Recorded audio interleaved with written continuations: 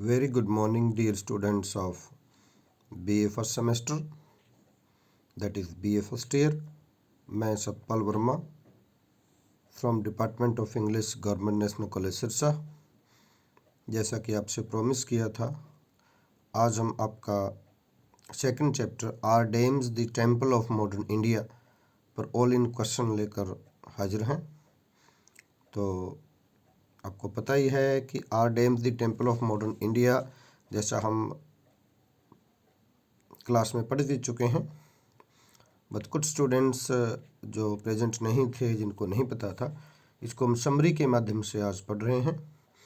ये स्टूडेंट्स, ये आपके टेक्स्ट के जो सभी क्वेश्चंस हैं, 3-4 क्वेश्चन, उन सभी क्वेश्चंस को कवर करेगा ये क्वेश्चन। इसको रामबाण कह सकते हो, इसको ऑल इन वन क्वेश्चन बोलते हैं। और चैप्टर है are dams the temple of modern India. तो आइए स्टार्ट करते हैं। Are dams the temple of modern India. The essay Are Dames the Temple of Modern India, ये नाम है, has been taken from, लिया गया है from the book है The Algebra of Infinite Justice। ये बुक का नाम है dear students, The Algebra of Infinite Justice written by Arundhati Roy. ये सोशल एक्टिविस्ट भी है और शॉर्ट स्टोरी राइटर है, बहुत मशहूर है, काफ़ी वर्क्स इसकी मशहूर रही हैं, बट मेनली इनको एक सोशल एक्टिविस्ट या एनवायरमेंटलिस्ट के रूप में ज़्यादा जाना जाता है। हियर सी एडवोकेट्स, यहाँ वो एडवोकेट करती है। एडवोकेट बोलते हैं डियर स्टूडेंट्स, मीन्स जो आपका किसी चीज़ की पक्ष लेना, उसको बोला जाता है। Here she advocates against the construction of big dams. जो बिग डैम्स हैं, बड़े बड़े जो डैम्स हैं, उनके अगेंस्ट में वो अपने तर्क रखती है। इन द बिगनिंग, शुरुआत में, सी रेफर्स टू, जब मीन्स ऐसे स्टार्ट होता है, उसकी बिगनिंग में क्या कहती है। In the beginning she refers to Nehru's speech, Nehru ji की स्पीच थी, dams are the temples of modern India. उसने डैम्स को मॉडर्न इंडिया के टेम्पल्स के रूप में माना था।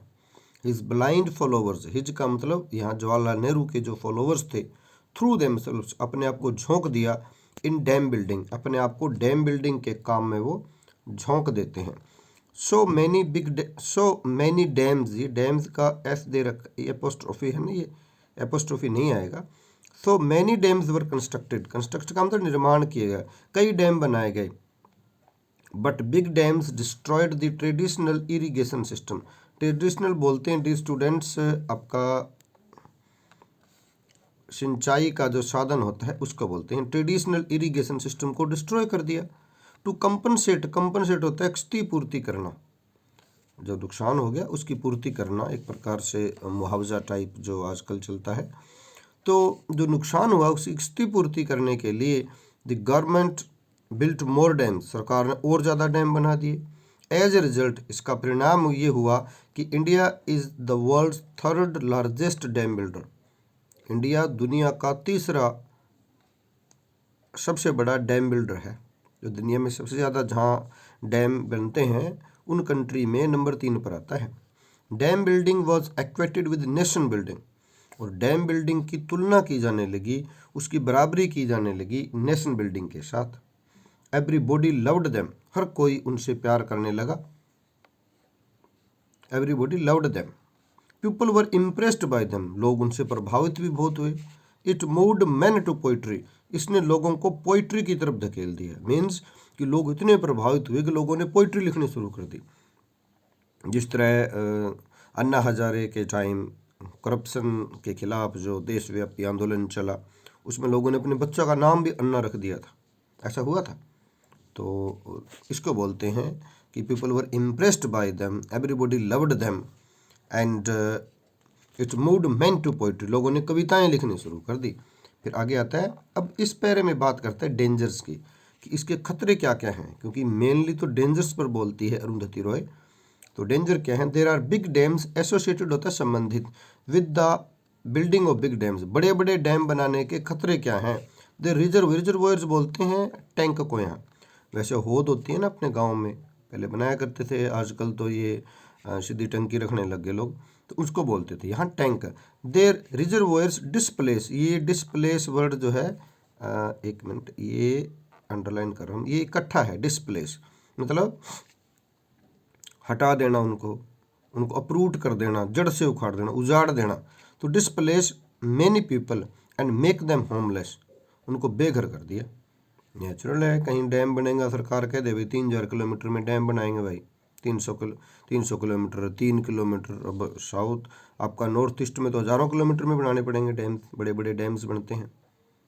ना यदि हम नॉर्थ इंडिया में वो पानी लाना चाहते हैं तो वो डैम जो बनेगा, जो बहुत कई सैकड़ों किलोमीटर लंबा होगा, तो उससे क्या, उसमें जो सारे गांव आएंगे वो उजड़ जाएंगे, डिस्प्लेस हो जाएंगे, वो बेघर हो जाएंगे।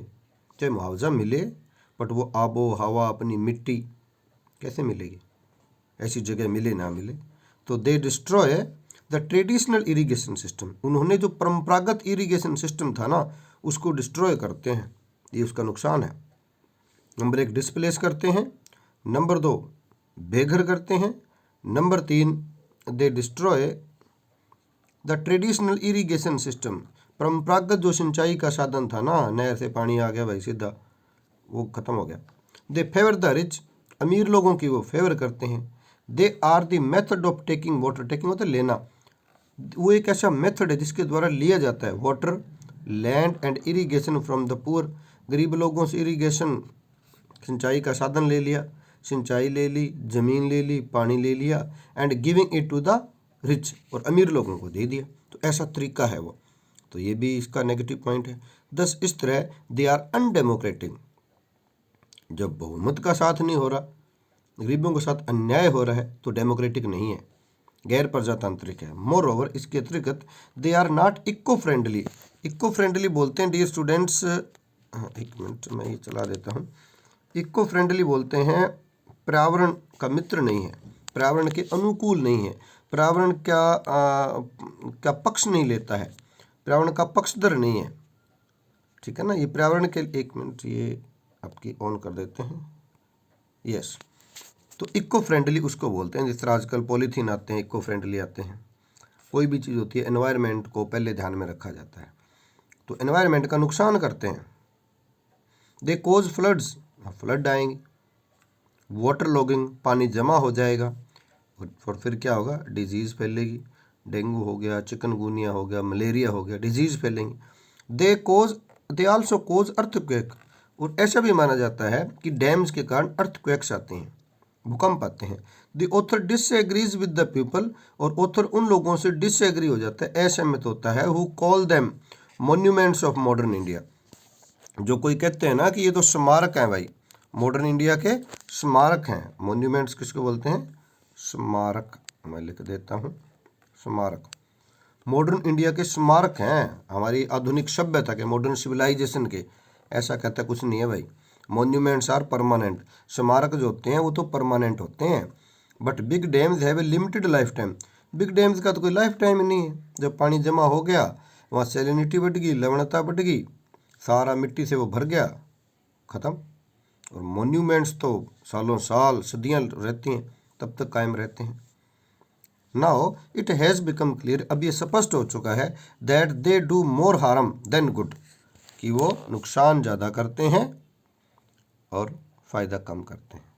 अब ये क्लियर हो चुका है। They have become obsolete, obsolete बोलते हैं डी स्टूडेंट्स, जो चीज़ आउट ऑफ ट्यून हो जाए, आउट ऑफ यूज हो जाए, जो किसी काम की ना हो, पुरानी हो जाना, जीर्ण शीर्ण, उसको ऑब्सोलीट बोलते हैं, जो प्रचलन में ना हो।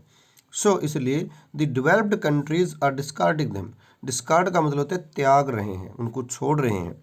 नाउ दे आर एक्सपोर्टिंग, दे का मतलब है डेवलपिंग कंट्री, वो एक्सपोर्ट कर रहे हैं देयर वेस्ट मटेरियल, उनका वेस्ट जो मटेरियल है उनको एक्सपोर्ट कर रहे हैं, in the name of to the third world. Third world होते हैं डी स्टूडेंट्स जो अंडर डेवलपमेंट है ना, जो विकास ही नहीं हुआ जिन देशों में, जो विकास के दायरे में नहीं आते।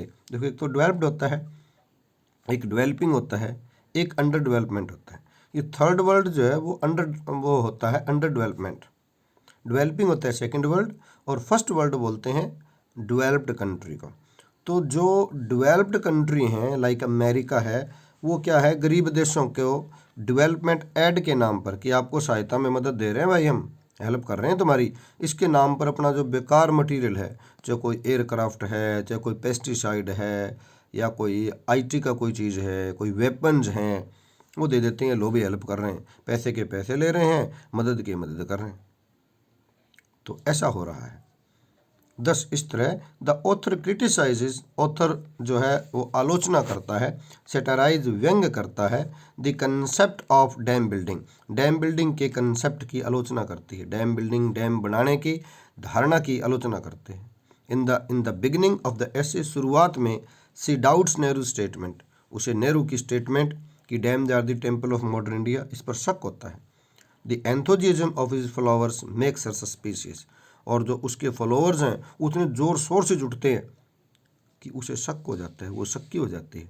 तो ये आपका एक क्वेश्चन आता है कि शटराइज करती है वो इसको क्रिटिसाइज करती है, डैम बिल्डिंग के खिलाफ कैसे हैं, डैम्स के खतरे कौन से हैं, क्या डैम्स यूज होने चाहिए, या मेन थीम आ जाए, ये सभी तरह के क्वेश्चन, ये सस्पिशियस जो लिखा है, एक मिनट मैं इसका ब्रश ऑन कर लेता हूँ, ये माइक के इसके आपके कैमरा के आगे आते हैं सस्पिशियस, यहाँ तक सारे क्वेश्चन आ गए आपके। यदि क्वेश्चन आ जाता है डियर स्टूडेंट्स आपका टोन के बारे में कि इसकी टोन कैसी है, तो आपको ये क्वेश्चन लिखना है, ये वाला लिख देता हूँ मैं यहाँ, टोन, टोन पर क्वेश्चन आए तो ये पैरा लिखना है।